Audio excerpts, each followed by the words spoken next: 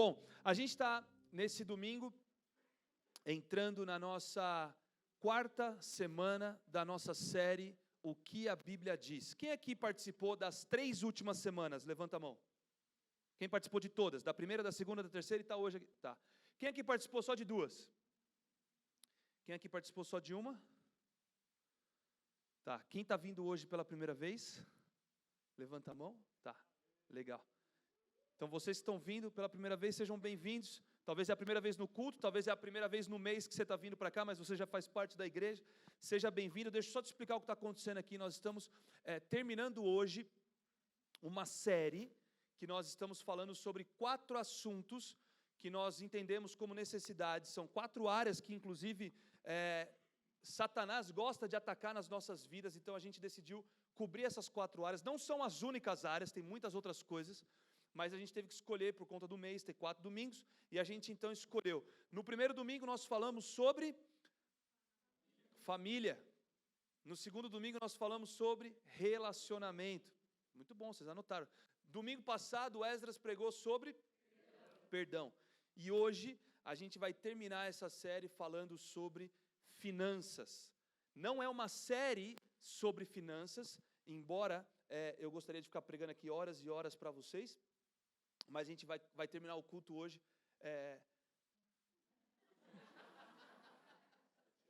Eu não falei nada. Nós vamos ter ano que vem uma série sobre finanças, tá bom? Então ano que vem a gente vai prolongar o assunto, vai poder abordar um pouco mais fundo. Hoje eu quero trazer alguns aspectos de finanças relacionado à ótica, presta atenção, a ótica de finanças, ou melhor, eu vou falar sobre finanças pela ótica de mordomia, e a gente precisa entender o que é isso, tá bom? Então, se desarma onde você está, talvez é o primeiro domingo que você está vindo na igreja, e eu não quero que você tenha uma impressão de que essa é uma igreja que só fala de finanças, porque nós não somos uma igreja que somente falamos de finanças, mas você precisa entender que para nós pregarmos a Bíblia, nós vamos precisar falar de finanças. Você sabia que existem mais versículos na Bíblia que falam sobre finanças, recursos e provisão de Deus do que mesmo oração? Então, se a gente tem naturalidade para pregar sobre oração, sobre jejum, sobre tantas outras coisas, a gente precisa também ter naturalidade, maturidade para falarmos também desse assunto que é finanças. Quem concorda comigo? Ah, bom, 7 pessoas concordam de 150, tá bom. A gente está começando bem. Mas é verdade, nós precisamos de ter essa maturidade e também naturalidade para falarmos sobre esse assunto. E outra coisa que eu quero falar fica tranquilo que no final a gente não vai passar a segunda oferta.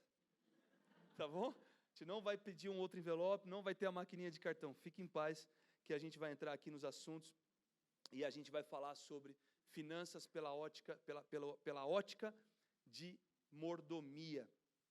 Outro ponto importante que você precisa entender antes da gente entrar aqui é que nós não estamos falando sobre finanças porque nós precisamos de mais recursos. Tá bom? Quem veio na Assembleia aqui sabe da nossa situação, como que nós estamos hoje, nós comunicamos isso na nossa Assembleia, a nossa igreja tem sido fiel, tem sido generosa, né? E nós vamos continuar, então, cultivando generosidade e fidelidade no nosso meio. Você que é dizimista, muito obrigado, quero honrar a tua vida e agradecer pelos teus recursos que você tem depositado aqui na igreja. Você que é ofertante também, muito obrigado pelas tuas ofertas, pela expressão da tua generosidade aqui na nossa igreja. E quando eu falo sobre finanças, eu preciso abordar o seguinte aspecto aqui, tá bom? Vamos lá. Nós precisamos de ensino, de oração e de gestão.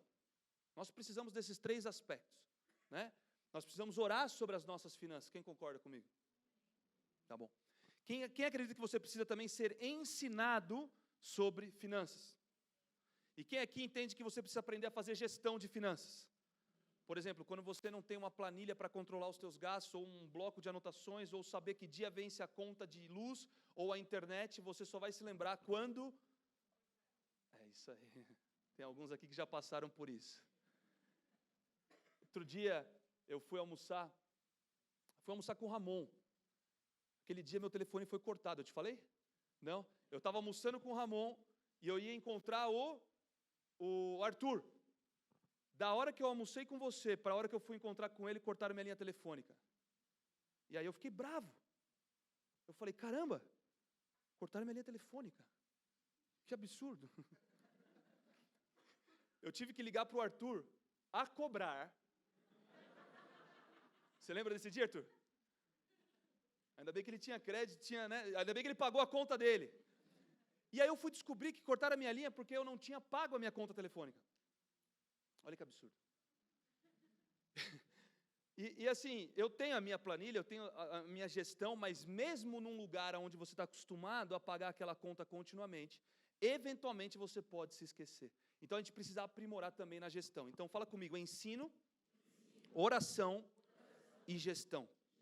Esses daqui são elementos básicos para a gente ter então uma combustão celestial na prosperidade em todas as áreas. Presta atenção, prosperidade. Repete comigo, prosperidade em todas as áreas. O que é isso? Não é só em dinheiro. Eu não quero entrar aqui no assunto e nós não somos uma igreja que pregamos sobre a teologia da prosperidade. Eu nem vou me prolongar nisso. Mas você que está frequentando aqui, você que está vindo, você já sabe qual que é a nossa visão sobre finanças e a forma como nós entendemos dízimos, entendemos ofertas. Tem igrejas que eventualmente vão falar sobre a teologia da prosperidade e essa não é a nossa linha teológica, tá bom? A teologia da prosperidade vai falar que você vai buscar a Deus para ter coisas. Você busca o Senhor pelas mãos dEle para que Ele faça algo para você. Nós vamos buscar a face do Senhor e, consequentemente, as mãos serão encontradas também. Mas o nosso lugar de encontrar a face, buscar a face, é um lugar de intimidade com o Senhor. E eu queria falar com você sobre algo que, eventualmente, a gente faz nas nossas vidas sem nem perceber, né? Quando a gente se depara com uma situação, a gente tenta correr para o outro extremo. Deixa eu te explicar o que é isso. Vocês já ouviram falar, e talvez, se você não ouviu, você vai ouvir pela primeira vez. Todo extremo... Aí, alguns já ouviram. Todo extremo é beirada de abismo. O que isso significa? Presta atenção aqui, ó. Vai entrar aqui um desenhozinho bem fácil para você entender. Eu estou nesse extremo aqui, ó. Eu estou num abismo, concorda comigo? Se eu vier para esse outro extremo, eu estou aonde? Uma pessoa entendeu. Eu estou num abismo nesse extremo. Se eu vier para esse outro extremo, eu estou no abismo também. Então, um extremo, quando a gente fala de finanças, é o extremo da manipulação. Tá bom? Você vai ver aqui, ó. Manipulação. Se você vier para o extremo da manipulação, você vai cair no abismo da manipulação. Quem quer aqui ser manipulado? Que bom, ninguém. Glória a Deus por isso. Não caia no extremo da manipulação. Mas, eventualmente, se você já foi manipulado em alguma área da tua vida, você vai ter uma tendência muito alta a ir para o outro extremo, que é o da fuga. Então, assim, deixa eu te explicar. Talvez, quem aqui já recebeu uma profetada? Ó, bastante gente. O que é uma profetada? É uma palavra profética que talvez alguém te entregou e que você sabe que não veio da parte de Deus, veio muito mais do lado do homem do que da parte de Deus. Quem já recebeu uma profetada? Tá bom. Então, eu vou te trazer um exemplo aqui. Se eventualmente você cai nesse abismo de receber uma palavra profética dessas, você talvez vai ter a tendência de começar a duvidar do profético. E aí você vai para o outro extremo, você foge do profético. Então, calma aí, eu vou falar agora que os dons, eles cessaram. Eles já não servem mais, eles já não estão mais atuando.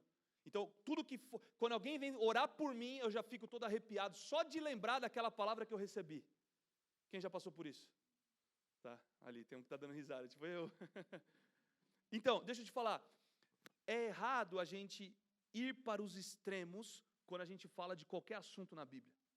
Seja de dons, que é o assunto da palavra profética, da profecia, seja de finanças. Se eventualmente você já foi manipulado, você vai ter a tendência de ir para esse lugar de fuga. Então eu falo assim, putz, você vai falar de finanças, eu não quero nem mais ouvir esse negócio.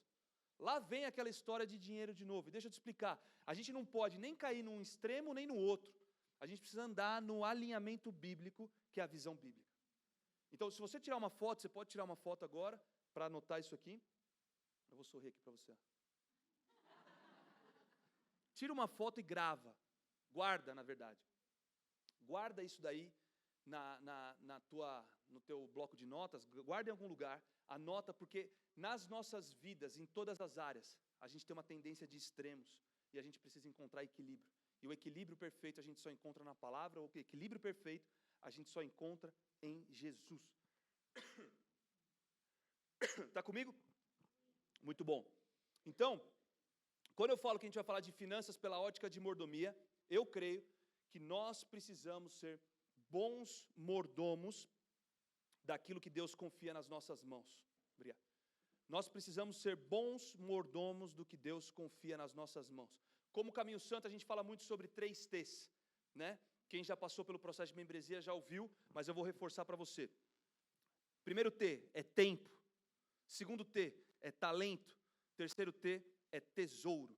Nós precisamos entender que os 3 T's nós precisamos entregar para o Senhor: tempo, talento e tesouro. Porque, na verdade, Ele nos concede a oportunidade de sermos mordomos dessas 3 características, dessas 3 áreas aqui na terra. Ele te deu tempo, Ele te deu talento e Ele te deu tesouro. Como mordomo, nós precisamos fazer uma boa administração desses 3 T's. Como mordomo, nós precisamos entender qual é a visão bíblica e aplicar, e não a nossa opinião, não a nossa frustração, não o nosso achismo. O que a palavra diz sobre os 3 T's? Sobre o nosso tempo, sobre o nosso talento, sobre o nosso tesouro. Tem tantas coisas que dá para a gente fazer uma série só sobre isso.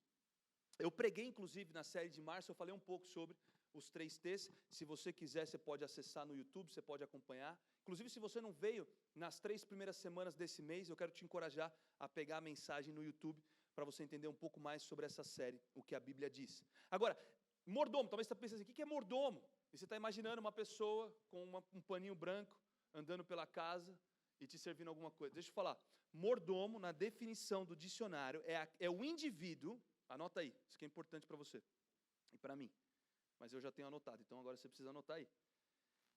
Mordomo é o indivíduo que administra os bens de uma outra pessoa.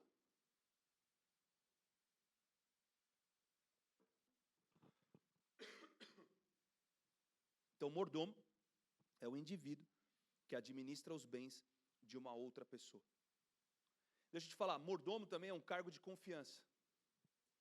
Olha que interessante. Se a gente pensar por essa ótica de mordomia nas nossas finanças, a gente está administrando os recursos que é do Senhor e Ele está confiando nas nossas mãos. E a gente também tem um cargo de confiança. O Senhor nos confia a responsabilidade de fazer boa gestão. Eu não sei você, mas eu já falei na minha gestão algumas vezes. Quem já falhou? Eu já tive até meu celular cortado. Mas sabe de uma coisa? O Senhor, Ele quer lapidar. E na palavra de Deus a gente vai mergulhar aqui. Então prepara a tua Bíblia que a gente vai entrar em muitos versículos aqui hoje. A gente vai mergulhar sobre como que a gente pode ter essa visão bíblica. Não ir para os extremos acerca das finanças, mas uma visão bíblica e equilibrada. E a primeira coisa que eu queria falar, o primeiro ponto de hoje, é que nós precisamos entender que tudo, fala comigo, tudo.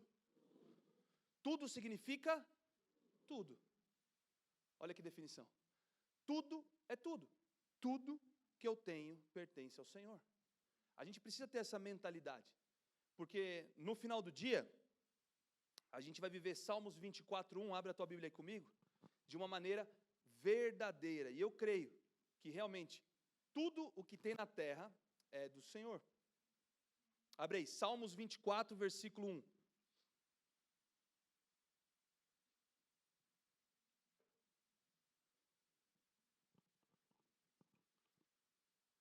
Então vamos lá. Salmos 24:1. A terra e... Vocês abriram aí, gente? Tá. Então vamos lá. A terra e tudo o que nela há são do Senhor. O mundo e todos os seus habitantes lhe pertencem. Então, deixa eu te falar uma coisa. Se tudo é do Senhor, nada é nosso. Se tudo é do Senhor, nada é nosso. O teu carro, a tua casa, o teu dinheiro, a tua família, você está falando, pô, pastor, mas como assim? Você está falando que, como assim não é meu? Eu tenho a escritura do meu apartamento. Sim, você tem a escritura do teu apartamento, mas o teu apartamento, ele pertence ao Senhor. O que Ele quer que você faça com o teu apartamento? Estou falando que Ele vai falar para você vender, talvez Ele até peça para você vender, mas será que Ele não está falando então, olha, essa casa que você habita é o meu terreno celestial, para que vidas sejam impactadas, curadas, libertas, restauradas? Será que essa mesa que você comprou nova para a tua casa não é uma mesa para você sentar pessoas, para você amar essas vidas e você poder orar por pessoas? Sabe, é uma visão muito maior. Não é que você não vai poder usufruir de nada, mas é uma mentalidade de que nada é nosso, de que tudo é dele, que ele nos dá a oportunidade de sermos mordomos e fazer gestão do que ele está confiando nas nossas mãos. Sabe, a gente não vai levar nada dessa terra, você concorda comigo? Você já viu alguém no caixão sendo enterrado e levando com ele aquele carro que ele comprou na última semana antes de morrer? Aquela casa. É errado ter carro? Não é errado. É errado comprar uma casa? Não é errado. O que eu estou querendo dizer é, aonde está o nosso coração, aí está o nosso tesouro.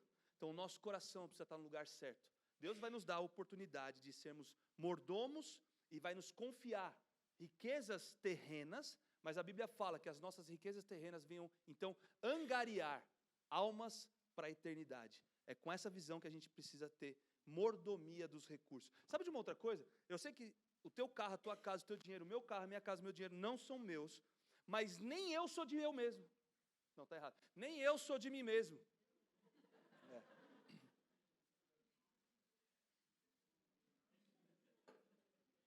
Fala para a pessoa do teu lado aí, nem você é de você mesmo. E eu vou te provar biblicamente. Abre aí em 1 Coríntios capítulo 6. 1 Coríntios capítulo 6. Abre aí.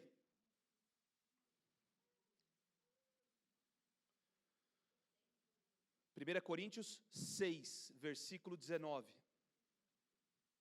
Na verdade é o 19 e 20. Olha aqui. Vocês não sabem que o seu corpo é templo do Espírito Santo que habita em vocês e lhes foi dado por Deus? Vocês não pertencem a si mesmos, pois foram comprados por alto preço. Portanto, honrem a Deus no teu corpo. Então, nem você é de você mesmo. Eu queria adicionar aqui agora o quarto T, que é o templo. Então, tempo, talento, tesouro, e agora aqui o templo, que é o templo do Espírito Santo.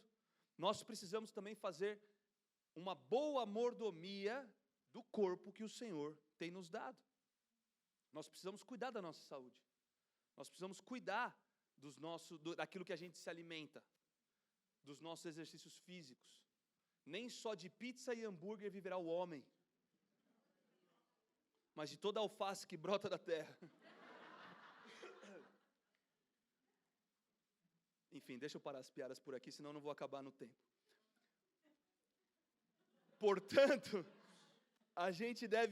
nós devemos ser bons mordomos do nosso tempo, talento, tesouro e templo. Olha o que Deuteronômio 8, 17 e 18 fala aqui, ó. Deixa eu abrir aqui, eu vou ler para você, só anota aí, Deuteronômio 8, 17 e 18. Deus está falando assim, na verdade, Moisés está escrevendo, está falando para o povo. Fez tudo isso para que vocês jamais viessem a pensar, conquistei toda essa riqueza com a minha própria força e capacidade. Lembrem-se do Senhor, o seu Deus. É Ele quem lhes dá força para serem bem-sucedidos, a fim de confirmar a aliança solene que fez com seus antepassados, como hoje se vê. Moisés está trazendo aqui um alerta, e ele fala assim, presta atenção, aquilo que vocês têm foi o Senhor quem deu. Não permita com que a arrogância entre no teu coração. Não permita com que a arrogância venha falar assim, não, isso aqui foi com a minha própria força, foi com a minha própria capacidade. No comecinho do versículo 17 fala assim, fez tudo isso, e antes disso Moisés está trazendo ali uma lista de coisas. Moisés fala assim, olha, o alimento que vocês estão comendo foi o Senhor que deu. As casas boas que vocês puderam edificar e morar foi o Senhor que deu. O ouro, a prata, a multiplicação dos bens, as vacas, as ovelhas, foi o Senhor quem os guiou pelo deserto. Foi o Senhor quem os trouxe livramento. Foi o Senhor quem tirou água da rocha. Depois você lê na tua casa o capítulo 8 aí de Deuteronômio, você vai entender o que eu estou falando. Ele está falando assim, o maná que vocês comeram foi o Senhor que deu. Então assim, quando ele fala, fez tudo isso, é uma lista de coisas que o Senhor fez. Nós precisamos nos lembrar de tudo aquilo que Deus já fez, para que a gente não venha falar assim, não, isso aqui que está acontecendo é pela minha força, é pela minha capacidade. Não. Vamos manter o nosso coração longe de um orgulho como esse. Nós precisamos estar prevenidos contra o orgulho, e no meio das bênçãos de Deus, nós podemos cair nessa raiz orgulhosa. Sabe, quando nós estamos vendo prosperidade nas nossas vidas, independente da área que for, existe uma tendência humana de levar para uma raiz de arrogância, de soberba, né? Não, isso daqui eu estou conquistando. Deixa eu te falar, nós não podemos nos esquecer que Deus é a fonte de todas as bênçãos sobre as nossas vidas. Deus é a fonte de todas as bênçãos nas nossas vidas. E essa fala de Moisés, ela reflete para mim o seguinte: a nossa prova, ela é maior na abundância do que na escassez. Quando a gente está na escassez, independente da situação que for, por exemplo, você está você está enfermo, talvez é o momento que você vai mais buscar a Deus, mas deixa eu te falar uma coisa, é correto você buscar a Deus quando você está enfermo? Sim. Mas tão correto quanto você buscar a Deus quando você está enfermo, é você continuar buscando Deus depois que Ele te cura. É correto buscar ao Senhor no momento de adversidade financeira? Sim, nós precisamos, nós temos um bom pai que vai cuidar dos seus filhos, mas tão importante quanto buscá-lo quando estamos na falta, é continuar buscando Ele quando Ele nos traz a abundância. Então a gente precisa ter essa ótica, a nossa prova, ela vai ser uma prova também de abundância. Quando nós estamos no fundo do poço, nós temos talvez o único lugar para olhar que é para cima. Você não tem muito o que olhar para o teu lado. Se você olhar para baixo, você já está no fundo. Se olhar para os lados, você está vendo uma parede. Mas se você olhar para cima, você vai encontrar o Senhor. Glórias a Deus por isso. Olhe para cima no momento que você estiver no fundo do poço. Mas sabe de uma coisa? Quando você sai do poço, agora você tem várias coisas para continuar te distraindo. Você tem várias coisas bonitas ao teu redor. Que os teus olhos e os meus olhos, que nós continuemos olhando para o Senhor. Essa é a prova da abundância. Tem uma outra coisa que a gente precisa entender, que às vezes eu já fiz essa oração, e eu pensava assim: Deus, eu preciso de mais para poder ajudar mais. No dia que eu ganhar mais, aí eu vou fazer tal coisa. Quem já pensou isso? Fala a verdade, vai.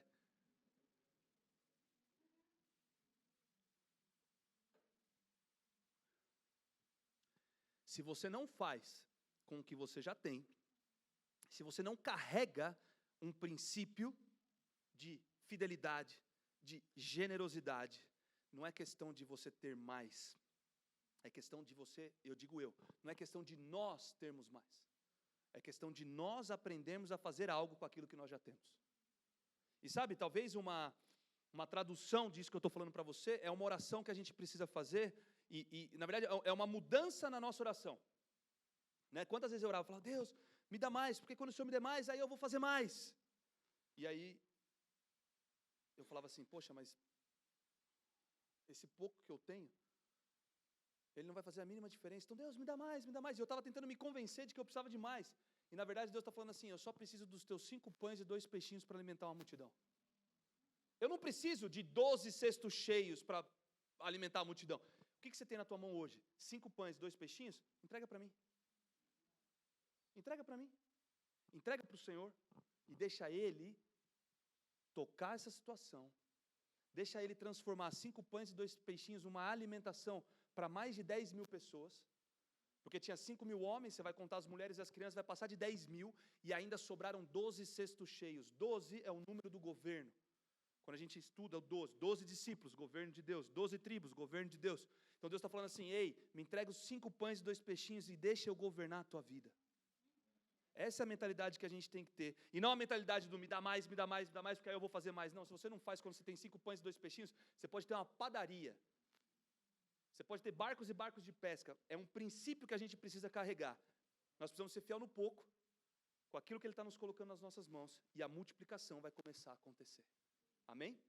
Então talvez uma mudança da oração para as nossas vidas seja deixarmos de orar por mais e começar a orar perguntando ao Senhor o que é que Ele quer que a gente faça com o que Ele já nos deu.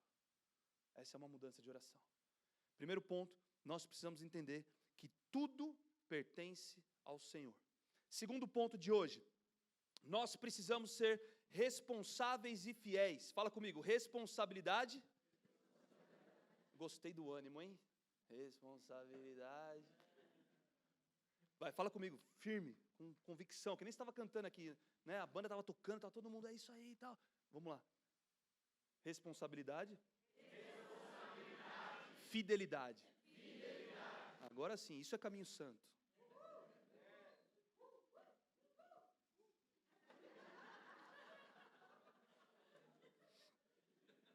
Galera empolgada. Quem aqui já foi irresponsável com as suas finanças? Eu já. Eu vou compartilhar com você um testemunho, na verdade um testemunho. 2009, eu e minha esposa, nós decidimos, aliás, 2008 nós decidimos comprar um apartamento.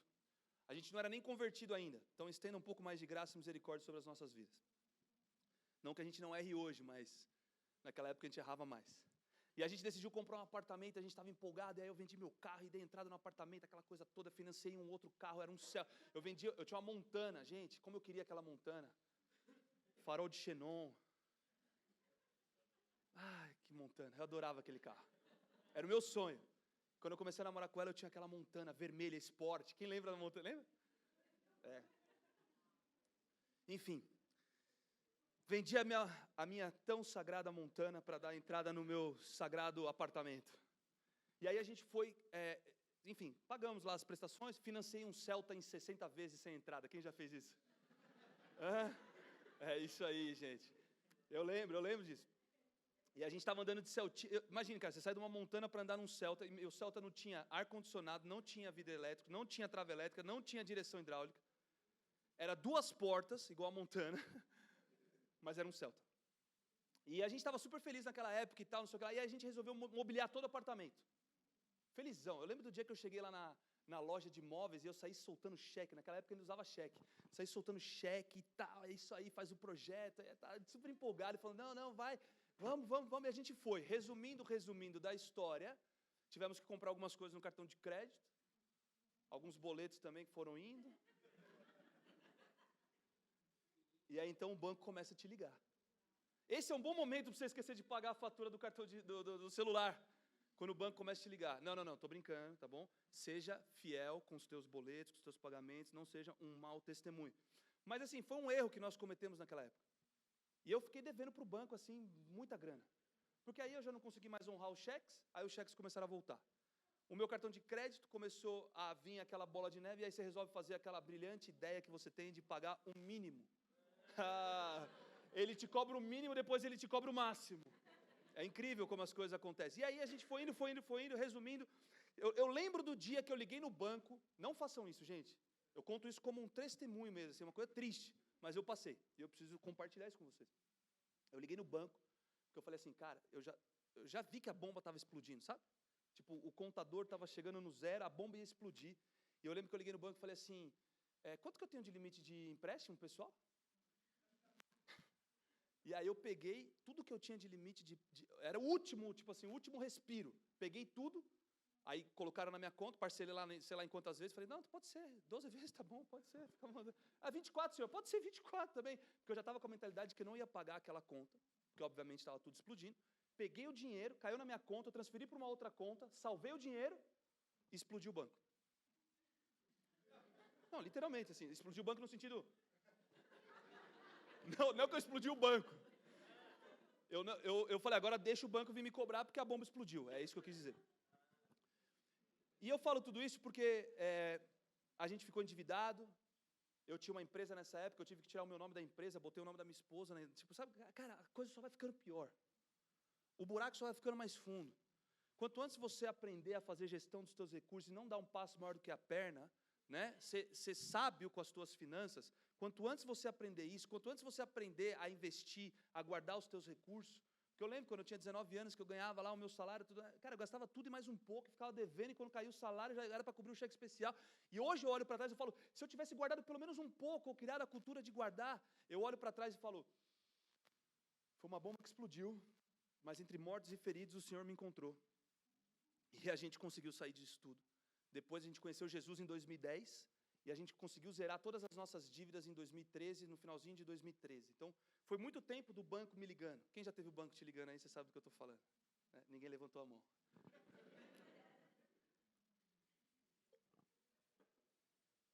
Mas eu conto isso porque eu fui irresponsável.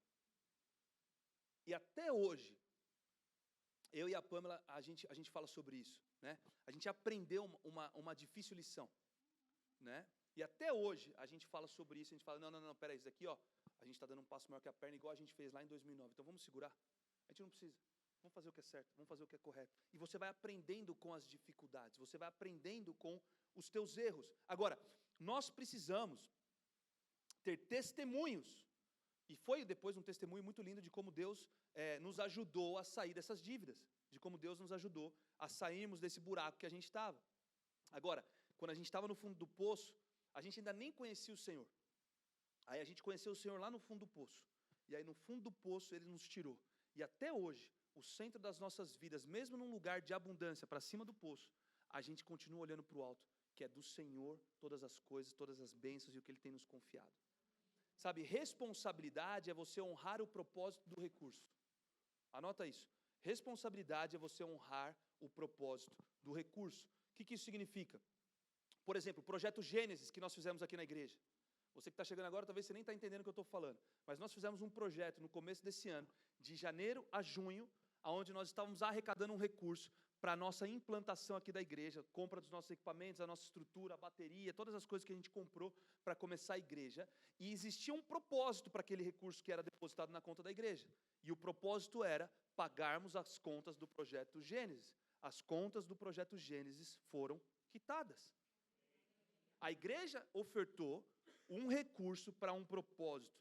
É a nossa responsabilidade. Nós precisamos ser fiéis com o recurso que vocês colocaram para a gente poder, então, quitar os nossos. A gente podia ter gasto com outra coisa, mas não. A gente gastou com aquilo que era o propósito pelo qual vocês enviaram o recurso. Agora, qual é o propósito pelo qual Deus está colocando o recurso na tua mão? Não sei se você já se perguntou.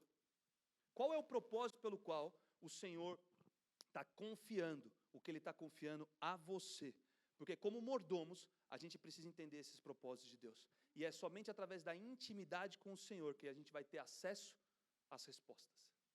Não é uma planilha de Excel que eu vou mandar aqui no final do culto e falar, tá aqui, ó, você vai ter que fazer isso, vai ter que fazer isso, vai ter que fazer aquilo. Não, o Senhor vai começar a falar para você, faça isso, faça aquilo, direcione aqui, direcione ali. Seja fiel com seus dízimos, seja generoso com as suas ofertas, faça isso, faça aquilo outro. Mas é a intimidade que vai liberar acesso para essas respostas. Assim como José, ele tinha intimidade e ele ouvia o Senhor, ele entendeu que os 7 anos de bênção que estavam vindo na fartura da colheita, estava relacionado com uma provisão do que Deus queria fazer nos próximos 7 anos, que seriam 7 anos de dificuldade. Sabe, quando Deus te abençoa, presta atenção, quando Deus te abençoa, é muito egoísta você pensar que Ele está te abençoando simplesmente porque Ele quer te abençoar. Ele te abençoa para você ser um canal de bênção para outras pessoas. Deixa eu te falar, ou melhor, vou refazer aqui, ó. Quando Deus te abençoa, você vai desfrutar sim da bênção. Não é bom quando Deus te abençoa? Quem gosta quando Deus te abençoa? Tá bom, eu pensei que tinha mais gente que gostava. Mas tudo bem. Ou não, tudo bem não, deixa eu falar. Quem gosta aqui quando Deus te abençoa? Agora sim, obrigado. Quando Deus te abençoa, é para você desfrutar sim das bênçãos que Deus está colocando, mas também é para você repartir, para você transbordar para os propósitos que Ele tem para a tua vida, para a tua família, para a tua igreja local, enfim, para tantas coisas que você pode direcionar as bênçãos de Deus. Independente da área que Ele te abençoar, libere, transborde isso para outras áreas, para outras pessoas. Por exemplo, aqui eu te falo como igreja, a gente vai ter o projeto Êxodo. Transborde sobre o projeto Êxodo. Invista, ainda não começamos o projeto Êxodo. Nós tivemos o projeto Gênesis, que é o início da nossa igreja, esse processo de implantação. Quando nós sairmos desse hotel e formos para o nosso lugar, teremos o projeto Êxodo. A gente pode ir depois para o projeto... a gente passa pelo Pentateuco e vai indo. Daqui a pouco a gente chega lá no projeto Apocalipse. Não, vai demorar. Deixa esse para depois, né? A gente tem sonho de ter uma escola. É um sonho, é uma ideia, a gente não tem nem igreja. A gente aluga o hotel, mas a gente quer ter uma escola. E a gente sonha por isso, a gente ora por isso. A gente quer ser cada vez mais investidores de missões. A gente quer ser mais investidores de caridade. O Esdras tem um sonho de fazer um mercado comunitário. Ele fica me mandando uns vídeos. Já pensou, pastor, que da hora? E aí, ele manda os vídeos, eu falo, tá bom, Esdras, obrigado, muito legal. Tá. Como é que tá a escala do louvor para a semana que vem? Vamos um passo de cada vez. Mas ele mandou um vídeo para mim, ele falou, olha que da hora esse mercado, cara. E aí a galera da comunidade, a galera da igreja também, mas assim, as pessoas que não têm recurso para comprar uma manteiga, um Danone, a pessoa chega, ela vai lá na geladeira do mercado comunitário, ela pega o Danone, ela tem lá os vouchers, ela paga com voucher e ela vai embora. Eu falei, da hora essa ideia. Mas antes a gente tem algumas coisas para fazer. A gente quer contratar funcionários, tem muita coisa para acontecer dentro de Caminho Santo. Então deixa eu te falar uma coisa. Deus pode ser a pessoa, ou melhor, Deus pode te levantar para você ser a pessoa que talvez vai ser o financiador de coisas no reino.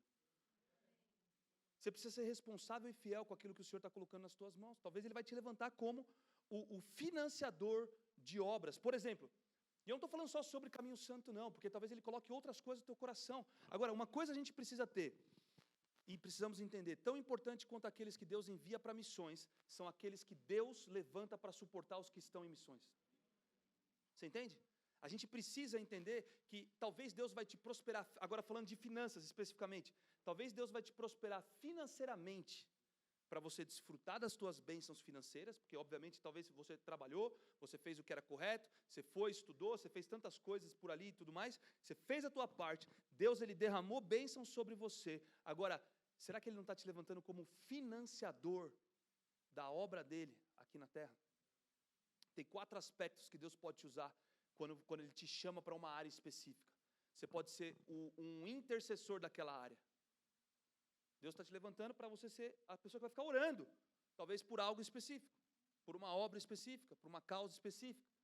Talvez Deus vai te usar como o protagonista.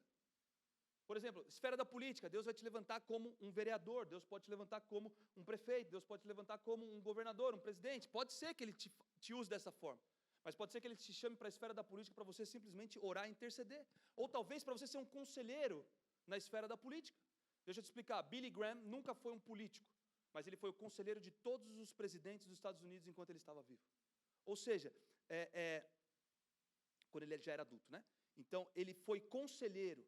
Deus pode te levantar como um intercessor, como um protagonista, pode te levantar como um conselheiro, ou Ele pode te levantar também como um financiador, um investidor daquela causa. Eu não sei o que Deus quer fazer através da tua vida, mas é a intimidade com o Senhor que vai começar a trazer respostas para você saber o que você tem que fazer.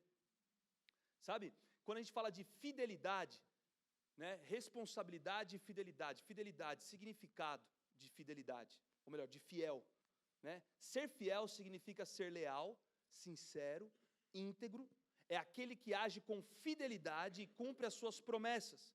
Fiel é aquele que não muda o seu comportamento, aquele que é firme, constante e perseverante. Eu declaro sobre a tua vida responsabilidade e fidelidade com os recursos que Deus está colocando sobre a tua família, sobre você.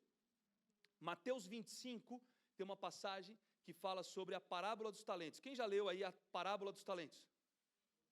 Tá. Se você nunca leu, eu quero te encorajar a ler Mateus 25. É uma passagem interessante porque o Senhor entrega ali para um 5 talentos, para outro 2 talentos, e para o outro ele entrega 1 talento. E aí depois que ele volta, aquele que tinha 5 fala assim, Senhor, toma aqui, ó, eu ganhei mais 5 com os 5 que você me deu, então agora você tem 10. Ele devolve 10. E aí o Senhor fala assim, você foi fiel no pouco, sobre muito eu te colocarei. Aí ele vai para o de 2. E ele pega lá os 2, entrega mais 2, e no final então ele entrega 4. Ele multiplicou. E aí o Senhor fala para ele, se você foi fiel no pouco, sobre muito te colocarei. E aquele que tinha 1, ele enterrou o talento, ele volta, ele desenterra o talento, e ele entrega 1 talento de volta. Sabe, eu não sei se foi o medo, se foi a preguiça, mas enfim, alguma coisa aconteceu ali no meio do caminho, a gente pode estudar mais essa parábola também, e entender um pouco mais, mas esse daí, ele tomou uma chapuletada, e até aquilo que ele tinha, que era 1, foi tirado e deu para o que ficou com 10. Sabe, quando eu leio sobre essa parábola, eu penso muito sobre essa questão do tempo, talento e tesouro, né? Nós vamos prestar contas para o Senhor daquilo que Ele está nos confiando, dos nossos talentos, das nossas qualidades, sabe, daquilo que Deus colocou nas nossas vidas e que a gente pode fazer para que o reino continue avançando. E a gente vai chegar um dia que a gente vai prestar contas disso. A mesma coisa do nosso tempo. O que a gente fez enquanto a gente estava vivo aqui na terra? Ficamos fuçando na vida dos outros no Instagram? Ou a gente foi orar, jejuar e ler a Bíblia? Porque tem gente que fala assim, não tenho tempo para orar, mas tem tempo para fuçar na vida dos outros no Instagram. Eu sei porque você fica me mandando mensagenzinha lá nos meus stories. Estou brincando. Você pode compartilhar, curte, comenta, reposta, mas separa o teu tempo com Deus. Não fica preso na internet, porque o teu tempo também você vai prestar contas para o Senhor, da tua vida com o Senhor. E o nosso tesouro, nós vamos prestar contas também, assim como é a parábola dos talentos, que nós venhamos ser encontrados fiéis, que o Senhor venha olhar para nós e falar assim, ei, servo bom e fiel. Fala para a pessoa do teu lado aí, servo bom e fiel. Que seja assim, em nome de Jesus. Amém? Uma outra coisa sobre fidelidade que a gente precisa entender é que trabalhar é algo bom. Eu sei que lá em Gênesis, Deus fala sobre trabalhar duro, pesado e com suor, mas trabalho é uma bênção. Trabalho é algo que Deus deu para Adão antes da queda. Você vai ter que dominar aqui. Você vai ter que cultivar aqui. Então, o trabalho não é algo da queda. Entenda o seguinte: receber os frutos do trabalho com um trabalho duro, trabalho pesado e com suor é fruto da queda. Trabalhar não é fruto da queda. Você entende o que eu estou falando aqui? Então, a gente precisa trabalhar. Olha aqui o que fala em Gênesis 3,17. Para Adão, ele diz, você fez o que a sua mulher disse e comeu a fruta da árvore que eu te proibi de comer. Por causa do que você fez, a terra será maldita. Você terá de trabalhar duramente a vida inteira, a fim de que a terra produza alimento suficiente para você. E lhe dará mato e espinhos, e você terá que comer ervas do campo. Terá de trabalhar no pesado e suar, para fazer com que a terra produza algum alimento. Agora, essa não era a condição original da terra. O trabalho duro, pesado e com suor é pós-queda. Olha antes da queda, quando a gente lê em Gênesis 1. Versículo 11 e 12. Em seguida, ele disse que a terra produza todo tipo de vegetais, isto é, plantas que deem sementes e árvores que deem frutas, e assim aconteceu. Eu fico imaginando um pé de alface brotando assim, a manga nascendo, as coisas acontecendo, sem que tivesse uma intervenção humana direta. A terra produziu todo tipo de vegetais, plantas que dão sementes e árvores que dão frutas, e Deus viu que o que havia feito era bom. Então, o trabalho duro, pesado e com suor é consequência da queda. O trabalho é a designação que Deus dá ao homem de cultivar, lavrar e cuidar daquilo. Até nomear o trabalho que Deus deu. Imagine Adão nomeando os animais. Esse aqui eu vou chamar girafa. Imagina o trabalho que ele não teve para conseguir olhar para a barata e falar, essa daqui vai ser barata.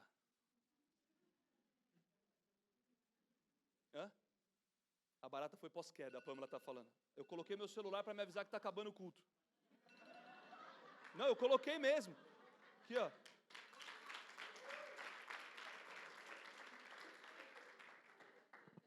Eu coloquei, eu falei, hoje eu... Estou quieto, falei nada. Nós não seremos uma igreja de geração. Você já ouviu falar sobre a geração nem? Nem estuda, nem trabalha. Se você não estuda, você fica desqualificado. Se você não trabalha, você fica despreparado. Aqui na Caminho Santo não vai ser assim. Não vai ser assim. Romanos 14, 12 fala assim, assim cada um de nós prestará contas de si mesmo a Deus. Nós precisamos de responsabilidade e fidelidade, porque nós vamos prestar contas daquilo que o Senhor está nos confirmando, nos confiando. Como mordomos, o Senhor tem colocado, então, tempo, talento, tesouro, o templo para nós cuidarmos. Que seja assim no dia da prestação de contas, e que Ele olhe para nós e diga, servo bom e fiel. Amém? Terceiro ponto, e eu termino com isso. Sementes versus frutos. A gente precisa entender o princípio da semeadura. plantar e colher, dar e receber. Eu não sei se você já percebeu, mas esse é um princípio que ele é tanto natural quanto espiritual. Gênesis 18, 22, Deus está falando ali com Noé, e ele fala assim, também nunca mais, ele está falando sobre o dilúvio, e ele fala assim, também nunca mais destruirei todos os seres vivos como eu fiz dessa vez. Enquanto o mundo existir, sempre haverá semeadura e colheita, frio e calor, verão e inverno, dia e noite. Então ele está falando de um princípio que ele está estabelecendo ali em Gênesis 8. Eu sei que isso é algo natural que ele está trazendo, mas também se reflete nas questões espirituais. Olha o que Gálatas 6, 7 a 10 está falando aqui.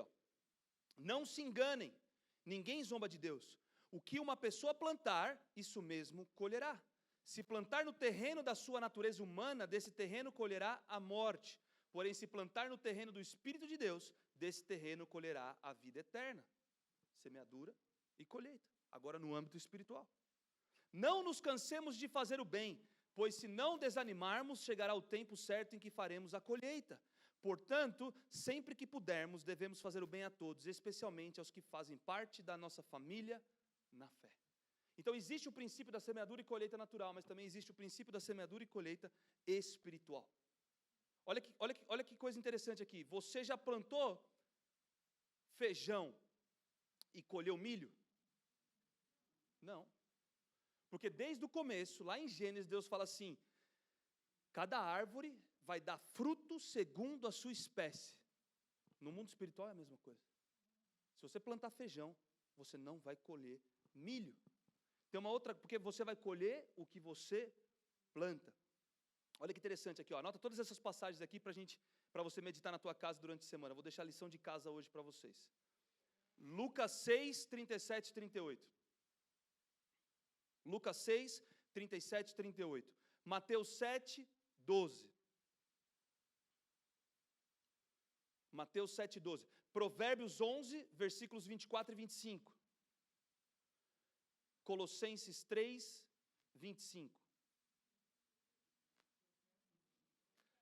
Lucas, eu estou tentando terminar o culto na hora, gente, vocês não estão me ajudando. Lucas 6, 37 e 38. Mateus 7, 12. Provérbios 11, 24 e 25. 11, capítulo, versículos 24 e 25. Colossenses 3, 25. Todos esses são versículos que estão apontando para a seguinte questão. Aquilo que você planta, você colherá, ou você colherá daquilo que você plantou. Em Lucas 6 ele está falando assim, não julguem os outros e Deus não julgará vocês. Olha aqui o princípio. Não condenem os outros e Deus não condenará vocês. Perdoem e Deus perdoará vocês. Deem aos outros e Deus dará a vocês. Olha o princípio de Deus aqui da semeadura e colheita. Mateus 7 está falando, façam aos outros o que querem que eles façam a vocês. Provérbios 11 que eu falei está falando assim, uns dão com generosidade e tem cada vez mais. Outros retêm mais do que é justo e acabam na pobreza. Existe um princípio espiritual sobre isso. Versículo de Colossenses 3, quem fizer injustiça receberá em troca a injustiça feita. Existe um princípio real da semeadura e colheita. Nesses versículos, a gente vê que tem o tipo da semente que a gente planta. Nós precisamos plantar perdão para colher perdão. Nós precisamos semear generosidade para colhermos generosidade. Nós precisamos entender qual é o tipo da semente que a gente está plantando. Mas também tem uma outra questão muito interessante, 2 Coríntios 9,6, que fala também sobre a proporção do plantio. Então não tem a ver só com o que eu estou plantando, isso é importante, mas também tem a ver com a proporção daquilo que eu estou plantando. 2 Coríntios 9,6 fala assim, lembre-se disso, quem planta pouco, colhe pouco, quem planta muito, colhe muito. É a palavra de Deus falando para nós sobre semeadura e colheita. Aplica isso para a tua vida financeira, mas aplica isso para todas as áreas da tua vida. Seja o que planta muito com o teu tempo, com o teu talento, com o teu tesouro, com o templo que o Senhor está te dando. A gente precisa entender qual é a diferença entre semente e fruto. Semente a gente planta, fruto a gente colhe. Quando a gente come, e a gente colhe e come, não é verdade?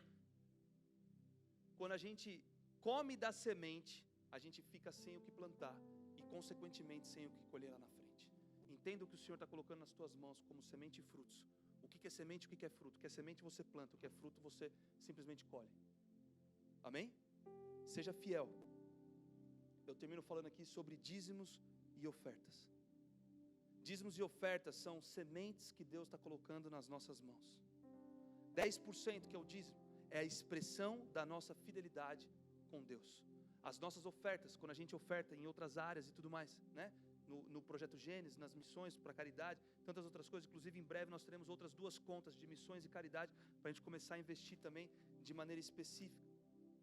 As ofertas são a expressão da nossa generosidade. Dízimos, expressão de fidelidade com Deus.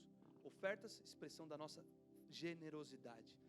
O único lugar da Bíblia que Deus fala, fazei prova de mim, é quando Ele fala sobre dízimos, é quando Ele fala lá no Antigo Testamento, com Malaquias. Depois você lê lá, Malaquias 3, é o único lugar que Deus fala, fazei prova de mim. E aí talvez você está pensando assim, pastor, mas o dízimo é da antiga aliança. O dízimo não é da nova aliança. O dízimo não tem a ver com a graça, é da lei. Deixa eu te explicar uma coisa. A gente precisa entender que o dízimo, ele é antes da lei. Se você abrir a tua Bíblia em Gênesis 14, versículo 20, você vai ver que 500 anos antes da lei, olha que interessante, 500 anos antes da lei de Moisés, um dízimo é entregue para Melquisedeque. Abrão entrega o dízimo 500 anos antes da lei. Olha que interessante.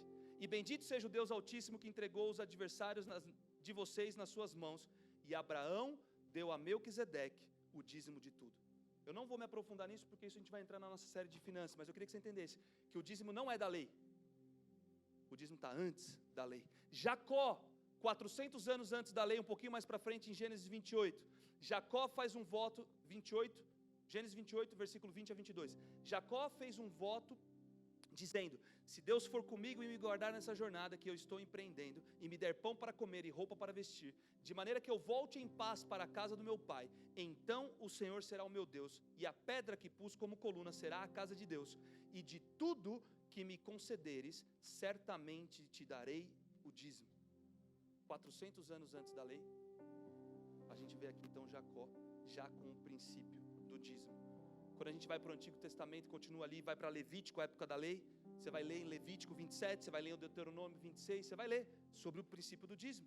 E quando você vai para o Novo Testamento, Jesus fala sobre o dízimo em Mateus 23. Paulo fala sobre o dízimo em Hebreus 7. Enfim, eu vou deixar para aprofundar sobre o estudo de dízimos, ofertas e tudo mais na nossa série de finanças. E eu queria que você entendesse que lá no começo eu falei sobre 3 coisas: ensino, oração e gestão. Quem lembra disso? Então fala comigo: ensino, oração e gestão. Pode ficar de pé que a gente já está terminando o nosso culto.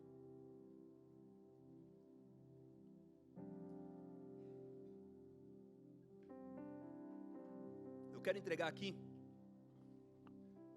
3 coisas, uma para cada uma dessas. Ensino. Quando a gente fala de ensino,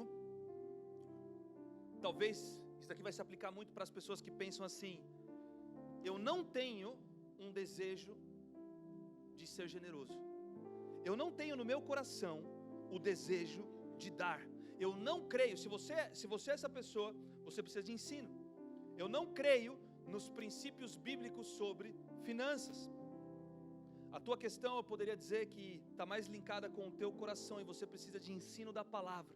Você precisa de uma metanoia, uma mudança de mentalidade. Talvez você fale assim: eu tenho o desejo de dar, mas eu não tenho dinheiro. Porque talvez você está sem emprego, você está sem captação de recursos. Por algum motivo você está sem dinheiro. Eu diria que a tua questão é uma questão de oração e a gente precisa orar por você, para que as portas sejam abertas, para que você consiga um trabalho, para que você comece a receber dinheiro, para que você possa fazer a gestão. Como é que você vai fazer a gestão de algo que você não tem? Concorda comigo? Então, talvez a tua questão é oração. Oração por portas abertas. Ensino, oração e gestão. Talvez você fale assim: eu tenho o desejo de dar, eu tenho um trabalho e uma remuneração, mas parece que quando chega antes do final do mês o meu dinheiro já acabou, nunca sobra, ou porque estão sendo gastos com outras coisas, ou porque talvez o que você está precisando mesmo é gestão. Você precisa talvez fazer gestão das tuas prioridades, entender as tuas finanças, né? Você precisa de uma mordomia ainda maior, porque Deus já está confiando algo na tua mão, e você precisa então fazer uma gestão e cuidar melhor daquilo que Deus te entregou. Independente do que for, se for ensino, oração ou gestão, eu quero orar por você essa noite. Independente do que você estiver precisando em relação a essa questão de finanças, eu queria que você colocasse a mão no teu coração, fechasse os teus olhos.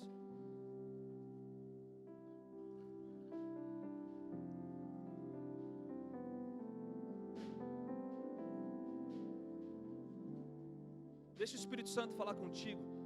Aonde está o teu coração nesse momento? Quando a gente fala de finanças, qual é a tua necessidade hoje? É ensino? É oração? É gestão? Talvez seja uma, duas, três, talvez seja todas.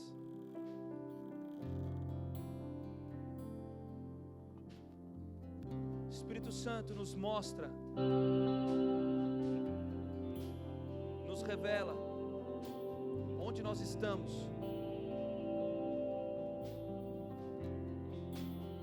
Fala conosco nessa noite, Senhor, e traz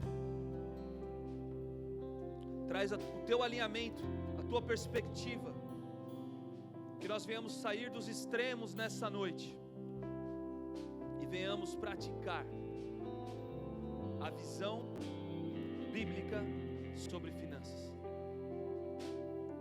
Eu oro e declaro sobre nós como Caminho Santo, uma igreja fiel e generosa, responsável. Eu oro por uma revelação ainda maior, de que tudo que nós temos pertence ao Senhor, de que nós somos mordomos daquilo que o Senhor tem nos confiado, e com responsabilidade e fidelidade nós vamos fazer a gestão dos recursos que o Senhor tem nos dado em todas as áreas das nossas vidas.